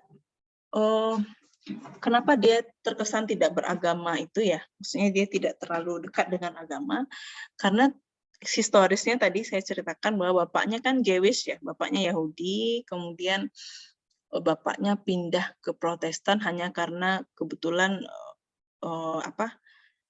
tempat bekerjanya itu rata-rata orang di situ Protestan dan membutuhkan orang ideologinya sama Protestan, akhirnya dia pindah Protestan. Kemudian ibunya akhirnya belakangan juga memutuskan untuk pindah. Jadi dia melihat bahwa ternyata dalam keluarganya agama tuh kayak nggak terlalu signifikan gitu, nggak terlalu berperan. Jadi kan toh keluarganya bisa pindah-pindah agama seenaknya aja gitu kan.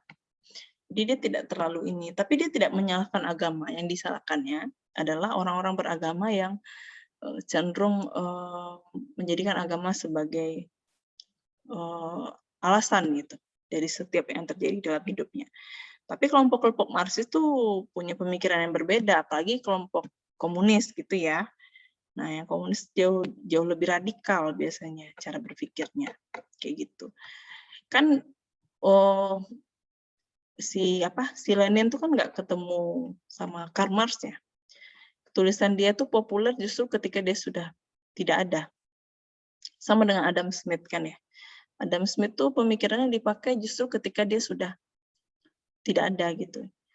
Jadi dia tidak menikmati kejayaan dia sebagai seorang pemikir, seorang filsuf.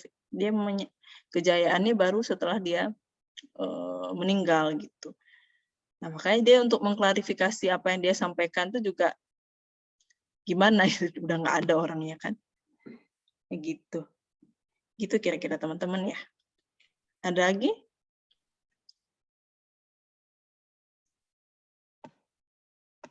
Kak. Siapa? Jadi Gavin Kak. Jadi yang tersebar ke Indonesia itu masuknya ke Marxisme ya Kak. Soalnya kan Mm. kalau tadi tentang penutupan ibadah sama anti-anti sama orang beragama itu dipakai juga sama orang PKI dulu, Kak. Mm-mm.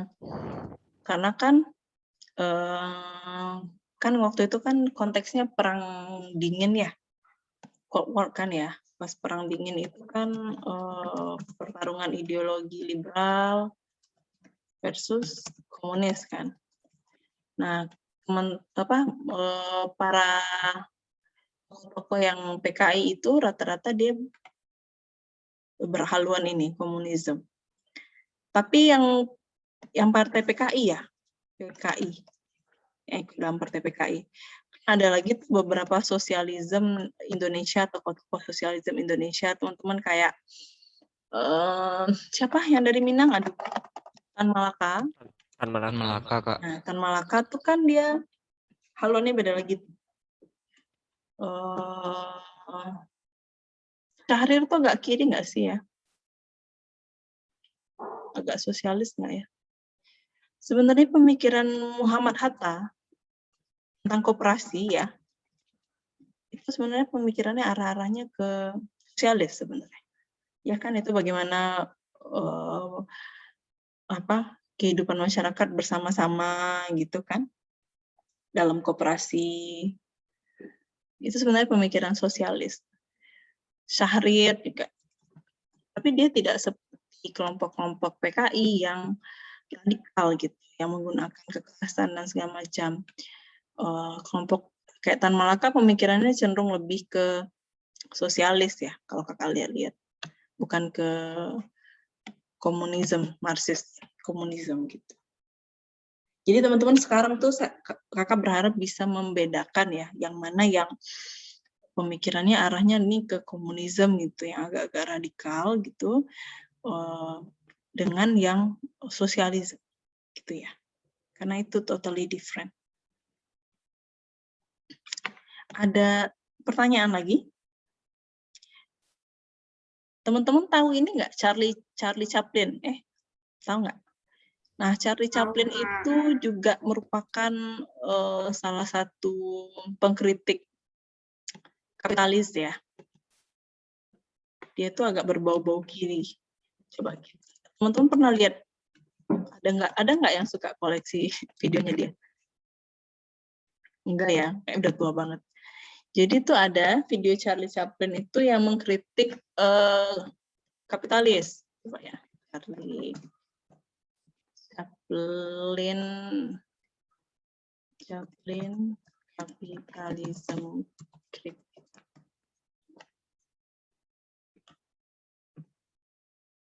Nah, industrialization nih.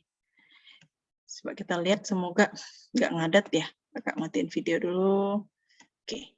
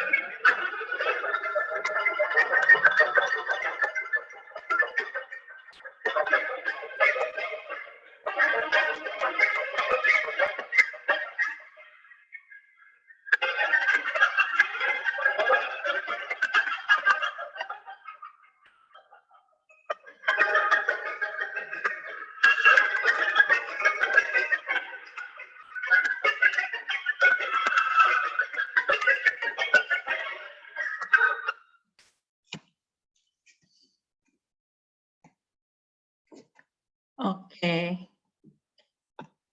Kira-kira itu ya. Sorry. Gambaran kritik yang disampaikan terkait sistem ekonomi kapitalis. Teman-teman, apakah sudah paham kira-kira terkait sosialisme pre-Karl Marx, kemudian Karl Marx, dan terakhir itu pasca Karl Marx?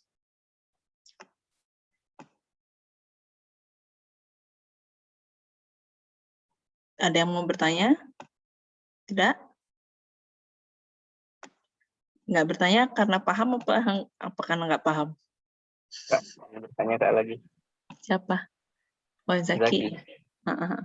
Kan dulu mungkin mereka mengkritik kapitalis karena mesinnya digerakkan oleh manusia ya Kak. Dari manusia. Gimana sekarang kan udah serba otomatis Kak, robot yang kerja itu bagaimana di bumi Kak? Nah itu seharusnya ada versi ini ya, pemikiran versi baru kan harusnya berkembang ya, sosialisme baru yang mengkritik revolusi. Sekarang kan revolusinya udah mau ke 5 ya, 5.0. Kritik tentang bagaimana manusia itu digantikan oleh robot, ada beberapa pekerjaan yang tidak lagi bisa diakses oleh pekerjaan-pekerjaan yang ringan itu digantikan perannya oleh robot gitu, kayak misalnya resepsionis. Ada pernah lihat nggak resepsionis di Jepang atau di mana gitu, udah robot gitu ya. Nah, karena pemikiran Karl Marx itu kan sangat jauh sebelum kita, Lenin juga jauh sebelum kita. Nah, nanti pemikir-pemikir terbaru itu sudah mulai ada tuh pemikiran yang berkembang mengkritik tentang perkembangan kapitalis zaman sekarang kayak gitu. Tapi sayangnya itu perkembangan pemikiran sosialisme itu tidak se-advance pemikiran liberal ya. Kalau liberal kan dia perkembangan itu lebih cepat.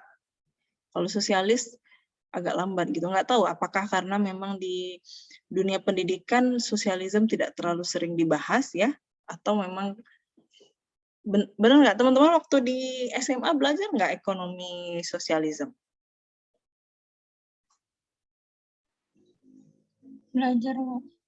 Belajar.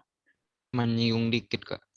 Yang lebih banyak tuh bicara tentang Adam Smith kan ya, tentang kalau yang akuntansi itu akuntansi versi liberal kan ya.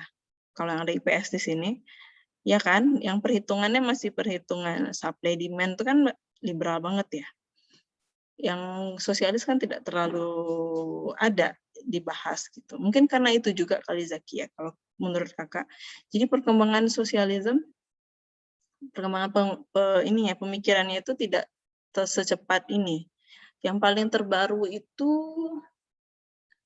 paling si ini Susan Strange, saya ingat kakak, tapi nggak tahu deh yang terbaru siapa. Nanti lah ya di THI kita kalau ada yang baru kita pelajari sama-sama. Oke, Zaki. Oke teman-teman, sudah 10.22. Kira-kira kita sudah dari jam berapa tadi? 8:30 ya? Iya Pak. Udah 1 jam lebih ya. Kakak rasa teman-teman pun sudah bosan. Habis ini ada kuliah lagi? Enggak. Nanti siang. Oh siang. Yang Oke, silakan istirahat, makan, sarapan, lanjut kelas berikutnya. Materi untuk UTS kita adalah dari preklasik ya, berarti ya. Preklasik itu ada beberapa tokoh, kemudian klasik, merkantilis, sorry. Preklasik, merkantilis, klasik, habis itu sosialisme, ya. Itu aja. Sosialisme ada 3, Karl Marx, dan setelah Karl Marx. Oke, good luck untuk ujiannya. Mohon maaf, ya. Saya mau nanya, buat UTS yang tugas itu mind mappingnya semua materi atau kita pilih cuma satu? Oh, pilih satu. Itu mind map atau infografis, Kak? Sebentar, aduh, kelas kakak karena kebanyakan. Bentar. Oh, mind map-nya itu suruh cari perbedaan kan ya? Bener nggak? Kalau waktu itu kakak bilang mind map-nya yang inti-intinya gitu kak. Poin-poinnya. Iya. Oh, di satu infografis ya? Ya kan? Bener nggak? Itu yang menjelaskan. Iya ya? Ya di mind map-nya itu kak. Oh, berarti mas semuanya kalau gitu ya? Tapi kan UTS mulai minggu depan ya, Kak. Kita baru sampai sini. Baru sampai sosialis. Ya udah satu aja lah. Pilih aja satu ya. Tapi kan ini kan tadi ada 3 nih. Sosialisme sebelum, Karl Marx, dan setelah pilih satu. Terserah mau apa. Mau preklasik boleh, klasik boleh, merkantilis boleh. Pilih satu aja ya. Dropbox-nya hari ini kakak bikin.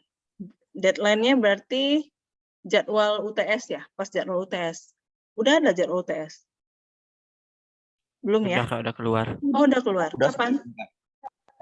Udah dari minggu kemarin. Di portal dari udah portal. Kita kapan? Itu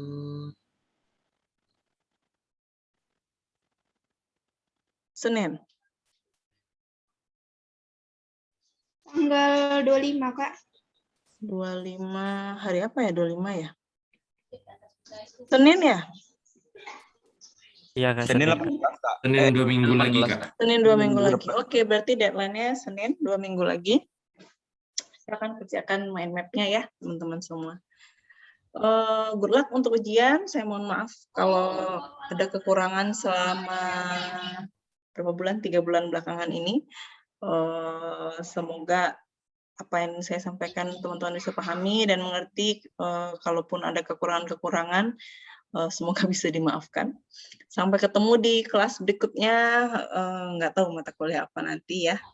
Tetap semangat teman-teman semua. Good luck buat ujiannya. Semoga berhasil dapat nilai yang terbaik.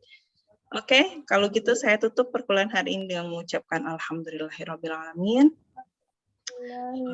Rabbal alamin. Terima kasih teman-teman partisipasinya, semangatnya pagi ini telah 1 jam lebih ya.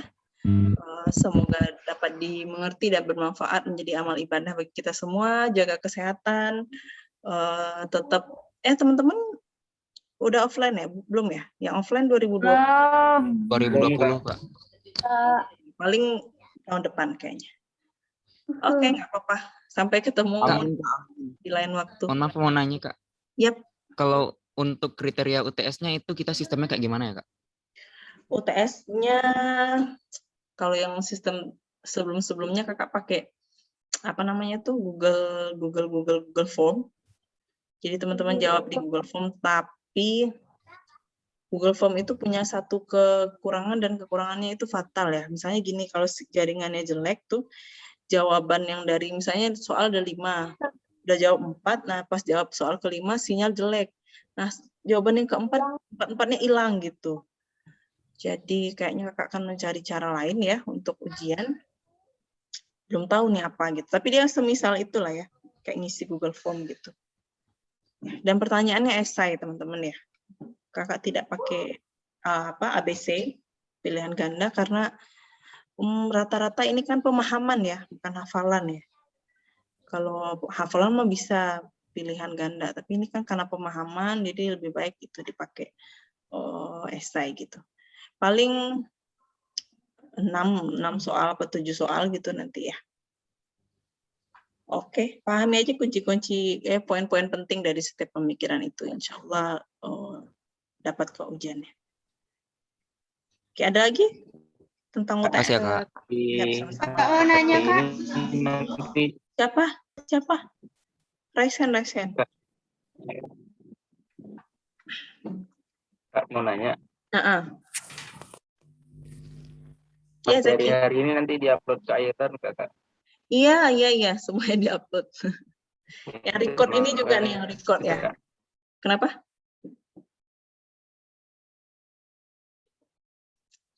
Kenapa, Zaki? Nggak ada, Kak. Cuma nanya itu aja, nanti di-share atau enggak. Oh, Di Aetan. di-share insya Allah. Nanti kalau lupa ingetin ya. Kakak mau pelupa orangnya. Ada lagi tadi yang cewek kayaknya mau nanya. Fatima Kak, Iya. mau nanya praklasik sama merkantilisme itu bagian dari pemikiran ekonomi politik Yunani kuno ya Kak? Oh, bukan. Apa tadi? Kalau yang Yunani kuno itu cuman Xenophon, Plato, Aristoteles. Nah, kalau yang merkantilis ya merkantilis gitu. Kalau yang klasik sih Adam Smith dan Ricardo. Terus sosialis tadi yang beberapa orang tadi tuh. Gitu, Fatima ya. Kalau yang skolatik tuh Kak? Oh, skolatik itu ada lagi setelah preklasik tuh ada skolatik ya sebelum klasik tuh. Tapi nggak kakak ajarin karena nggak terlalu ada waktunya gitu kan. Jadi kakak pilih yang poin-poin inti aja. Yang skolatik nggak usah diiniin. Ada satu lagi tuh yang apa? Satu lagi yang dia pro terhadap apa? Fisiokrat nggak? Iya, fisiokrat itu nggak kakak ajarin. Yang itu aja yang poin-poin karena yang kakak ajarkan itu ada kaitannya dengan mata kuliah selanjutnya. Itu aja yang kakak pilih-pilih gitu. Makanya kan kemarin aliran historis dan monetaris kan kakak skip ya. Kakak ganti merkantilis. Nah, karena di Ekopol mata kuliah Ekopol itu semester berapa ya? Nah, nanti teman-teman belajar tentang merkantilis. Nah, makanya kakak hantarkan dulu merkantilis di sini. Jadi pas besok nyampe di merkantilis di Ekopol tuh nggak bingung gitu. Kakak pilih-pilih aja. Gitu, Fatima. Oke Kak, makasih. Oke, ada lagi? Kak, Gemma mau nanya Kak. Memastikan aja Kak yang tugas mind map tadi kan, mind map kan beda sama infografis Kak. Itu gimana? Berarti Boleh kan nggak kalau misalnya? Gimana Kak? Boleh apa? Boleh nggak kalau misalnya kan itu tuh sebenarnya untuk kita sendiri ya Kak. Terus kita milih bikin grafis gitu Kak biar lebih enak dipahami itu gimana Kak? Boleh nggak? Boleh. Terserah, itu kan tujuan kakak suruh bikin itu untuk hafal sekalian gitu ya, untuk belajar pas ujian. Jadi pas ujian tuh udah tahu poin-poin pentingnya kira-kira apa gitu. Terserah mau dibikin infografis semenarik mungkin, dibikin animasi atau terserah teman-teman, sekreatif mungkin. Oke Kak, berarti yang senyaman kita aja, yang penting kita paham ya Kak? Iya dong. Tujuannya bukan buat kakak, buat teman-teman. Oke Kak, makasih Kak. Iya. Ada lagi? Sebelum kakak end meetingnya? Kalau nggak ada, nanti kalau tiba-tiba muncul pertanyaan di chat grup WhatsApp aja ya. Ditanyakan. Oke, kalau gitu kakak tutup teman-teman semua. Assalamualaikum warahmatullahi wabarakatuh. Waalaikumsalam warahmatullahi wabarakatuh. Terima kasih Kak. Terima kasih Kak. Ya, mohon maaf ya kalau banyak salah-salah. Kak, ya meetingnya teman-teman. Silakan sarapan bagi yang belum. Oke, assalamualaikum.